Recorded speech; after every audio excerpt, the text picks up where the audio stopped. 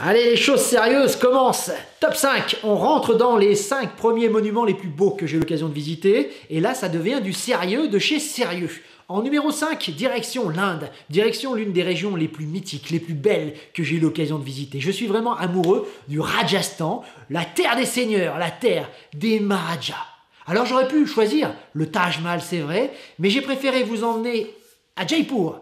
Visiter le fort d'Amber qu'on peut monter en éléphant, ce fort fantastique perché sur le sommet d'une colline, et aller visiter le romantique et beau Palais des Vents. C'est parti pour le Rajasthan, Jaipur, fort d'Amber et le Palais des Vents.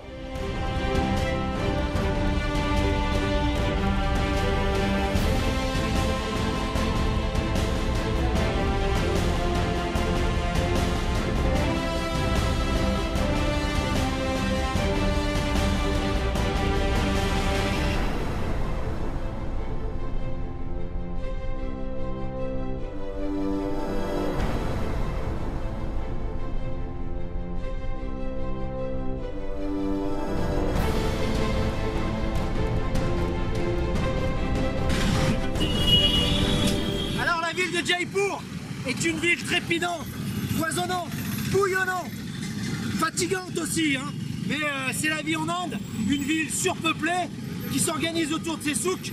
Il y a véritablement un enchantement à faire les boutiques, mais bon, à la fin de la journée, on est fatigué. Attention en traversant la rue, danger!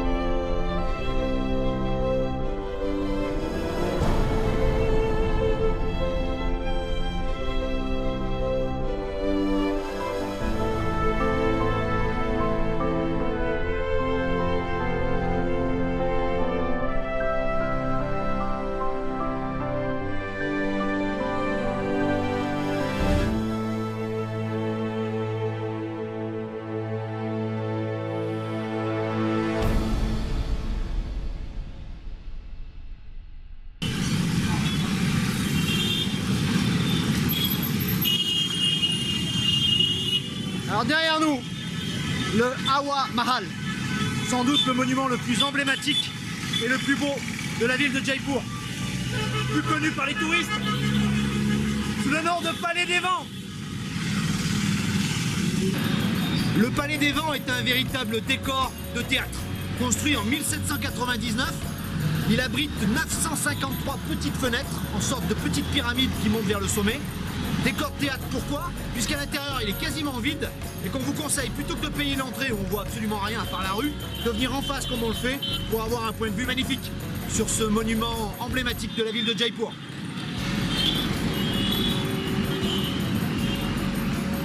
Donc le nom Palais des Vents vient sans doute de la légèreté, de la finesse de cette construction, où le vent peut s'engouffrer par les multiples fenêtres. Les mauvaises langues disent également que c'est ici que, pour assister aux fêtes et au défilé des éléphants sur la grande avenue, que les femmes de qualité, les femmes nobles, se mettaient pour ne pas être vues de la gente masculine. Leurs murmures et leur caquetutois incessant auraient inspiré le nom de Palais des Vents. Mais ça c'est misogyne et c'est une explication qui en vaut une autre.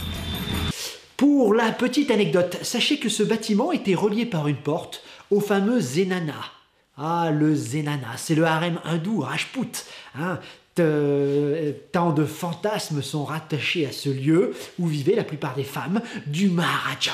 Elles pouvaient venir ici, admirer la vie du dehors sans être vues. C'est une sorte d'immense moucharabier de grès rose que nous avons sous les yeux. L'architecture de ce bâtiment a quelque chose de féminin, c'est sûr, de magnifiques jarrokas, des balcons finement sculptés, des jalis également par centaines, c'est des espèces d'écrans de pierre derrière laquelle les femmes pouvaient observer sans être vues. C'est vrai qu'elle a quelque chose, ce palais a quelque chose de féminin, quelque chose de raffiné, quelque chose de sublime.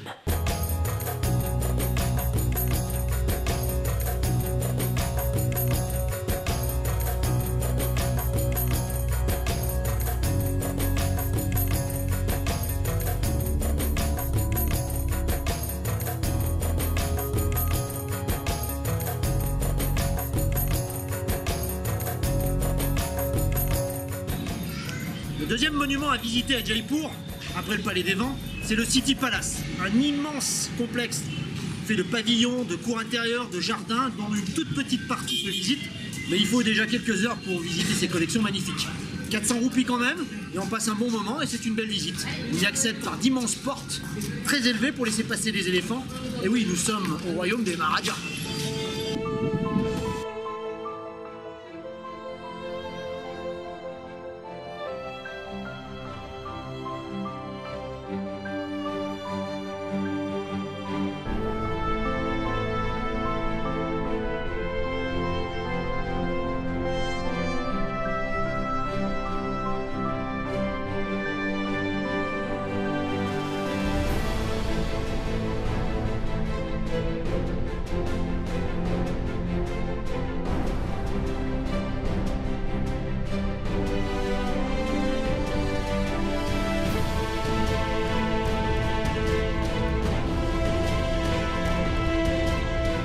Ne quittez pas le centre de Jaipur et le City Palace sans avoir jeté un coup d'œil au Jantar Mantar, le fameux observatoire du prince Jai Singh II. Féru d'astronomie et d'astres sacrés, il a créé ici un ensemble assez hétéroclite et étrange, quasi mystérieux, de formes géométriques quasi parfaites, dont on ne comprend pas vraiment le fonctionnement et qui reste encore aujourd'hui très mystérieuse. Aux heures où les ombres longues dessinent leurs signes abstraits, ces instruments nous racontent le vieux rêve des hommes de comprendre leur place dans l'univers et d'y lire leur destin. Poésie unique de ce lieu insolite au confluent entre l'architecture, très traditionnelle, et la science et la modernité.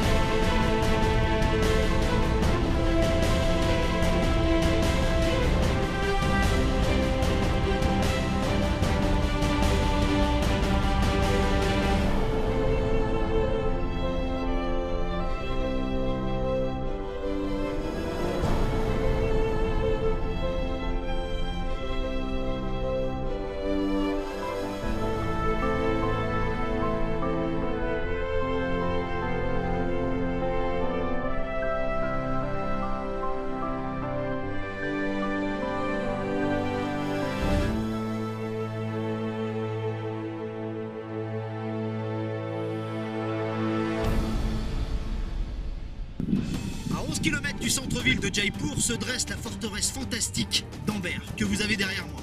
Une forteresse de contes de fées. Un bon plan, si vous voulez bénéficier comme nous de ce point de vue magnifique et unique sur la forteresse d'Amber qui est en bas, montez jusqu'au fort de Jegart. C'est un fort un petit peu hors des sentiers battus qui domine complètement la vallée. On est à peu près à 5 km de la bifurcation qui va sur Amber. On l'appelait autrefois la colline des aigles, et vous voyez ce point de vue et cette forteresse perchée sur sa montagne, on comprend évidemment son nom. La forteresse de Jegart que vous avez derrière moi est réputée pour le trésor qu'elle aurait abrité, le fabuleux trésor des Kashwara. Cette tribu aurait caché quelque part dans le fort un trésor fabuleux.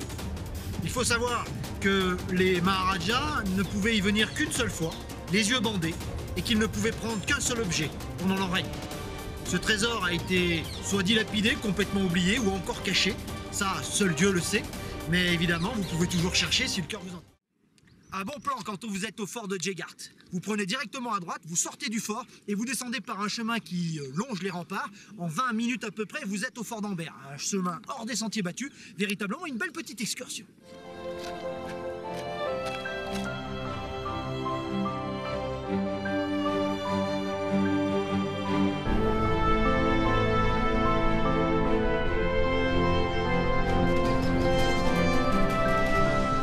Pour les feignants, on peut également monter en voiturette, hein, bon, c'est moins aventureux. Le fameux général Man Singh, qui était le général en chef du grand moghol Akbar, a fait édifier la forteresse que vous avez derrière moi. Elle date dans l'état actuel du XVIe, XVIIe siècle. Vous pouvez constater que l'apparente austérité des remparts et de sa forme extérieure va fortement contraster avec la finesse des décors intérieurs. Il faut savoir que Mensing a pu se payer une forteresse pareille grâce au butin et aux conquêtes que lui ont rapporté l'alliance très juteuse avec l'assaillant moghol.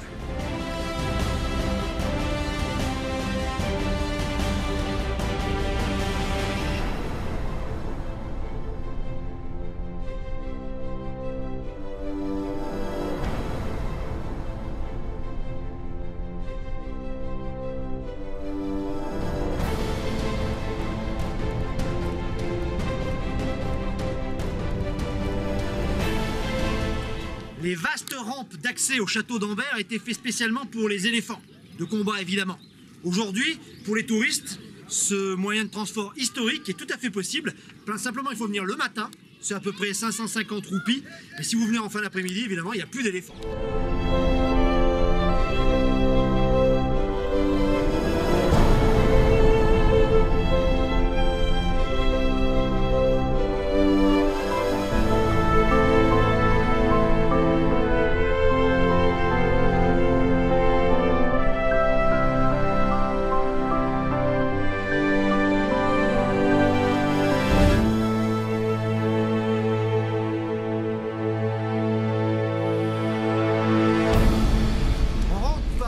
Du Soleil, puis Ganesh-Pol.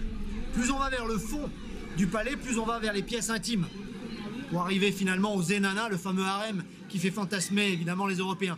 Vous passez par le Diwam Ikas, qui accueille les ambassadeurs, le Diam Iwam, où là c'est les proches du Maharaja qui sont invités. Ce palais est assez fabuleux, les décors intérieurs sont très fins par rapport à l'austérité de la forteresse à l'extérieur. C'est vraiment une très belle visite qu'on vous conseille sur Jaipur.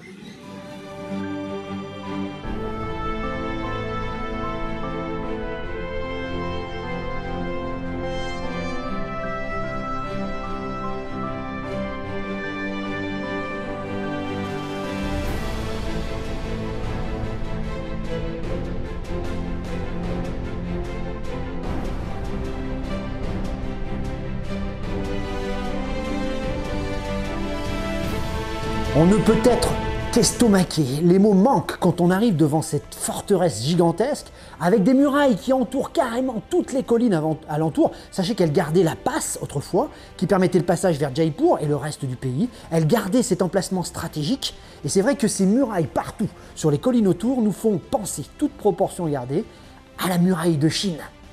Pour la petite histoire, la forteresse date du XIIe siècle. D'accord, elle a été faite de rajouts successifs de la plupart des Maharajas qui en font aujourd'hui ce sublime complexe de forteresses, portes et murailles. Sachez que c'est en 1727 que le Maharaja Sawai Jai Singh décide de quitter cette passe trop défensive pour amener sa capitale et fonder sa capitale à Jaipur, la Rose. Enfin, restez jusqu'au coucher du soleil, au moment où la forteresse se reflète dans les eaux du petit lac en contrebas, le Mahota Sagar, sublimement beau et romantique.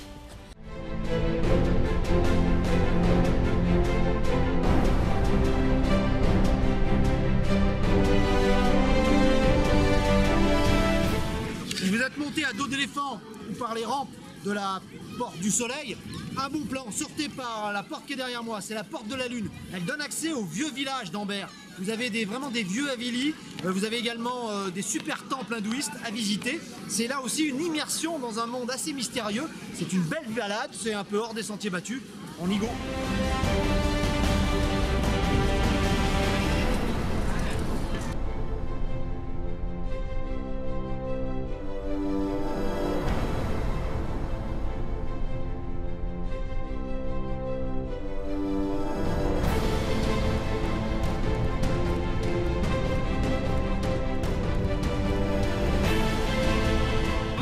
Sur Jaipur, le bus ça coûte rien et en plus c'est sympa. Dans le retour on est un peu avec la population et tout, c'est sympa. En plus ça coûte que là, je viens d'écraser le pied là-dedans.